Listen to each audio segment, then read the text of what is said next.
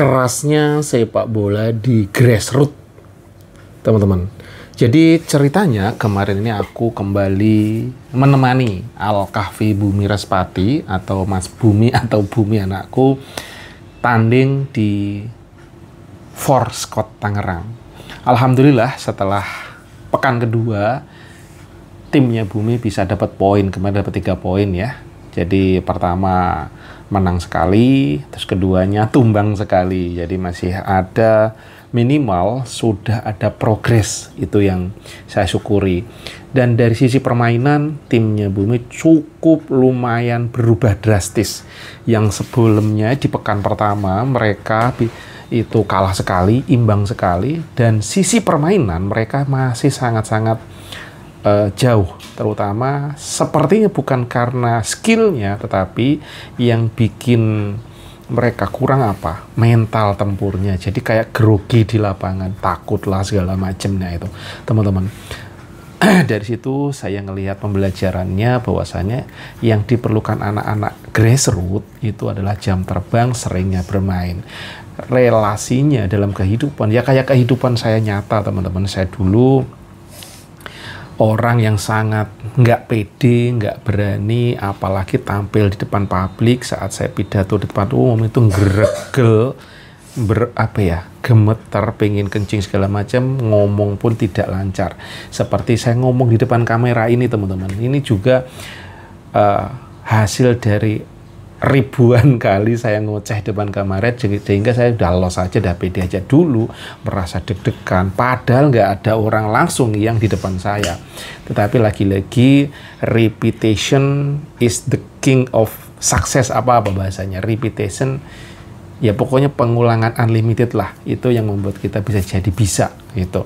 Begitupun di dunia bola, ilmu ini juga harus bisa dilaksanakan. Jadi makanya teman-teman yang kok mereka jago-jago bola itu pasti ada repetition, entah passingnya, entah dribblingnya, entah latihannya. Repetition yang menurut bahasa saya adalah repetition unlimited. Jadi pada saat kita menjadi pengen expert dalam satu hal, itu repetition unlimited perlu dilakukan.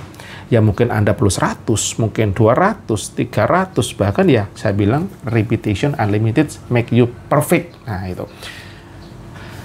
Terus saya perhatikan lagi kemarin, setelah itu kan anak saya istirahat bentar, terus pendinginan, terus ya santuy-santuy, habis itu Bumi lanjut renang. Di sana alhamdulillah Bumi kan memang mudah ya bergaulnya dengan siapa aja gitu, teman dia ngobrol-ngobrol sama tim-tim lain yang ternyata pada renang juga. Terus saya lagi nongkrong, lagi nungguin Bumi, ketemu salah seorang, tiba-tiba ngobrol, saya ajak ngobrol, ternyata beliau ngabis nganterin anaknya juga tanding bola, anaknya join di tim Farmel. Selama ini saya nggak ngerti tim-tim bola karena basically-nya saya gitu nggak paham bola. Beliau cerita anaknya join di Farmel, dan ternyata anaknya itu dulu juga pernah daftar di klubnya Bumi, SSB Bumi itu di Bina Banua. Di awal-awal Bina Banua berdiri, anaknya sudah masuk di sana sebagai beasiswa, tapi katanya nggak ngambil karena kejauhan katanya ya. Terus akhirnya beliau anaknya masuk di SSB Farmel sebagai beasiswa, Kak. Berarti kalau anak-anak beasiswa cenderungnya anak-anaknya sudah bisa bermain bola gitu, karena biasanya diseleksi ya teman-teman. Saya ceritakan gimana sih, saya cerita, ternyata bola itu keras ya, banyak kayak misalkan jadi orang tua pengen anaknya main, akhirnya ngobrol, tolong dong coach dimainkan. Intinya ada intervensi ke coach, dan sejatinya ini sebenarnya kurang baik gitu teman-teman. Kenapa? Karena ya yang coach itu lebih paham dimainkan, misalkan ada tanding yang dimainkan tentunya yang performanya bagus, yang hasil latihannya oke, jadi terjadi persaingan, atau bahasanya apa itu teman, yang sehat. Tapi nyatanya di dunia bola bahkan sampai ada yang ngasih sesuatu ke coach supaya anaknya dimainkan, dan ini terjadi juga di area-area SSB yang sudah lama, yang sudah bagus, dan ini katanya memang sering terjadi seperti itu. Dalam hati, wow, betul memang pada saat anak kita bisa bermain ini, ya siapa sih yang nggak suka orang tua anaknya dimainkan, tanding di pertandingan yang sudah pilihan gitu ya. Tetapi kita kalau mau berpikir jernih, teman-teman ya, tentunya anak ini kalau mau bagus ya tentu harus latihan tadi. Ini benar-benar kayak penerapan dalam kehidupan, teman-teman. Tapi karena ini kayak ada kompetisi yang, wah pokoknya anakku bisa main, nah itu kadang-kadang sebagai orang tua kebawa gitu, teman-teman. Jadi teman-teman yang saya rasakan di bola, wah ternyata seperti ini, sampai gokilnya seperti sampai ada kejadian di mana coachnya itu mungkin saking udah pening gitu sampai out dari salah satu SSB gitu ya, dengan menghadapi parents-nya yang komplain lah karena anaknya jam tayangnya kurang lah, bla bla bla gitu. Bagi saya gendeng crazy di luar nalar saya gitu, Bu. Sampai seperti ini mau anaknya. Kalau saya dari dulu memang saya masih cenderung saya ya kayak saya berpikirnya ya anak saya pengen bisa ya harus belajar, karena saya terlatih dalam kehidupan saja ya begitu gitu loh. Saya tidak suka jalan-jalan yang memang seperti yang menerabas ke hal-hal yang nggak semestinya gitu. Jadi anakku ya mau dimainkan berapa ya saya coba tahan. Oh iya itu yang benar gitu. Walaupun saya pengen anak saya main, tapi ya saya berpikir harus jernih nih gitu. Supaya ya udah coach lah penentunya yang bisa melihat potensi gitu. Oke. Terus karena kemarin saya ngobrol sama salah satu parents yang yaitu dari Farmel ya kalau nggak salah, anaknya di sana dia cerita, Pak, kalau mau bagus anak main bola, kalau memang anaknya kurang ya tambahin latihannya. Kalau perlu salah satu shortcut tercepatnya untuk menaikkan skill anak, kemampuan anak, fisik anak, misalkan kurangnya di fisik, skillnya kurang atau apa. Jangan bermain kotor seperti itu, tapi bermainlah, ajarin, masukin anak Anda private. Dalam hati, wah ini orang bener juga nih, gitu ya, bener juga nih. Mungkin beliau usianya ya mungkin seimbang saya atau di bawah saya ya, tapi secara knowledge pengalamannya jam terbangnya lebih tinggi karena anaknya dua-duanya main bola dan sepertinya juga pada beasiswa gitu. Dalam hati, wow, alhamdulillah di kesempatan itu saya bertemu orang-orang yang masih di jalur yang memang menurut saya benar gitu ya. Terus saya ngobrol, akhirnya saya cocok, saya cerita-cerita seru gitu tentang treat. Dan yang paling saya rada kaget lagi, ternyata anaknya beliau itu juga hasil didikan dari coachnya Bumi di Bina Banua. Dalam hati, ya Allah, dunia bola ternyata lingkupnya nggak jauh-jauh area Jakarta. Saya nggak kenal, saya nggak ini, kadang kita udah berpisah, nggak satu tim, tiba-tiba berjumpa lagi. Dan lagi-lagi ini ada ilmu apa ya? Ilmu nyetrum bahasa saya itu. Jadi kayak kita itu ada sinyal-sinyal atau puzzle-puzzle yang pada saat kita memikir something itu nyetrum kemana, menebarkan sinyal dan kita bisa berjemu. Itu pun yang dibilang energi. Ini sudah levelnya sudah lebih kecil daripada atom. Apa bahasanya itu? Saya dulu pernah membaca buku ini dan itu saya sangat imani, sangat percaya gitu. Jadi saat kita menebar positif itu akan cenderung orang positif. Bahkan dalam sisi ilmu komunikasi ada, saya dulu paling ingat banget saat saya masih studi S2 komunikasi, salah satu teori mengatakan bahwa looking glass others gitu bahasanya. Saat kita tersenyum seperti ini ya, gitu ya.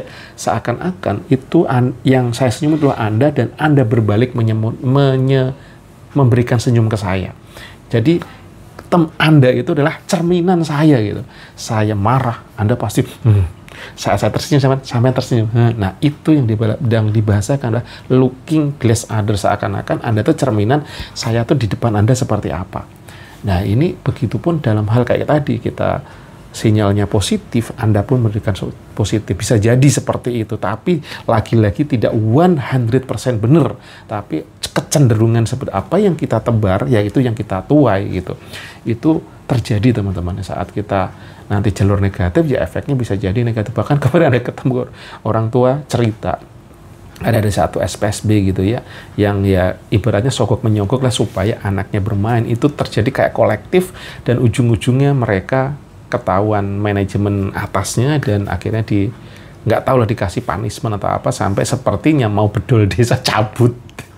Itu saya dengar, wah, ada lagi terjadi dan itu di SSB yang bukan kaleng-kaleng yang sudah senior yang lama. Wah, kata, dan saya tadi juga cerita yang dari Farmel itu, Pak, hampir SSB ya banyak seperti itu terjadi, bisa jadi entah ya ortunya dorong-dorong, tergantung coachnya kuat mental nggak gitu, kuat iman nggak.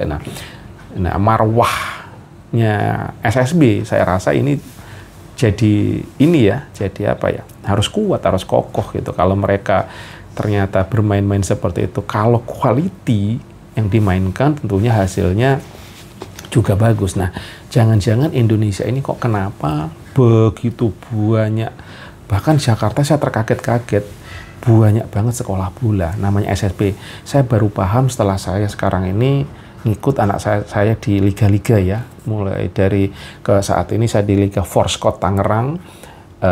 Itu ternyata di Tangerang aja yang join itu gile puluhan, bahkan kalau yang datang ratusan, bahkan mungkin ribuan orang gitu kalau udah ngumpul. Ya Allah, berarti sekolah bola ini banyak peminatnya luar biasa.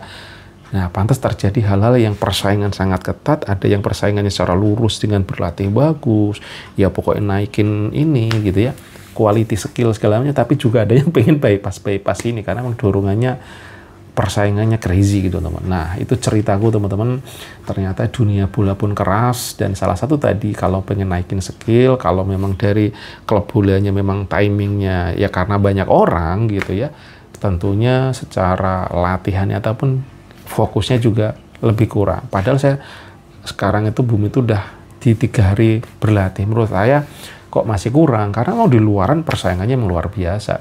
Lagi-lagi persaingan bagi saya itu bukan untuk nunjukin bermain di tim terpilih terus harus bermain terus, itu tidak. Saya kalau itu bukan saya pengen, tetapi tidak harus saya benar-benar itu yang saya kejar. Yang saya kejar apa?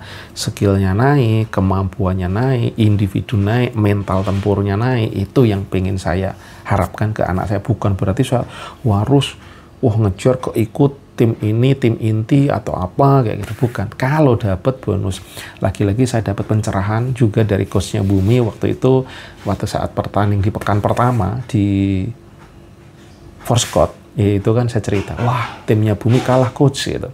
Harapan saya sebagai seorang itu, wah iya kita ini kita pokoknya gitu dorong. Jawabannya ternyata different. Pak, ke bundanya Bumi yang ngomongnya kalau salah. Intinya gini, nggak apa-apa Bun, kalah menang itu bonus. Yang terpenting anak-anak dapat jam terbang. Dalam arti jangkrik, bukannya support gimana, anak biar menang ini gitu dalam hati saya gitu. Tapi setelah saya renungkan, wah ini coach beda nih. Coach beda ini.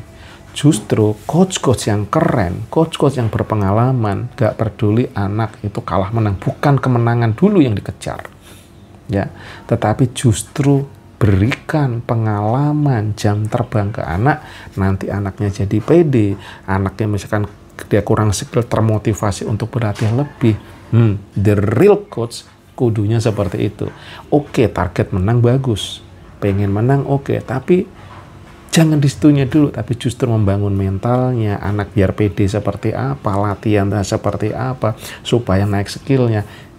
Nah ini salah satu coach Bumi, yaitu coach Lebon, yang saya dapat pembelajarannya yang saya sendiri tadinya kok begini ya gitu ya, tapi menyadarkan diri saya bahwasanya yes, itu yang diperlukan teman-teman. Dan teman-teman yang anaknya pengen main bola, yuk kita ikutin dengan jalur-jalur yang benar. Tadi kalau anaknya skillnya kurang dari SSB karena timingnya juga limitation time, salah satu cara yang bisa diambil tambahin dengan private teman-teman ya. Sekarang itu udah mulai banyak ya, mungkin menghubungi coach yang mana gitu private. Bumi beberapa kali juga sudah ngikut, dan ini saya coba tambahkan juga private. Kalau teman-teman pengen lihat private-nya seperti apa, bisa dicek di ini ya, di YouTube-ku yang satu, di Wondes Body Fit. Di sana Bumi latihan private di hari Sabtu, saya share di sana ya. Beberapa sebelumnya juga pernah private ada di mana ya, di Senayan pernah.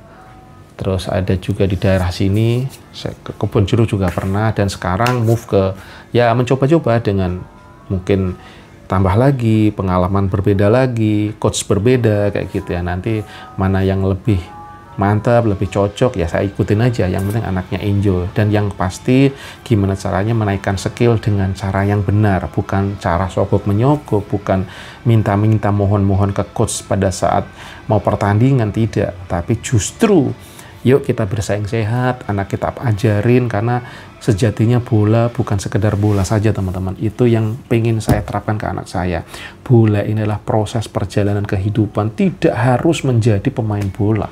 Itu yang selalu tanamkan anakku. Kamu main bola, nggak harus jadi timnas.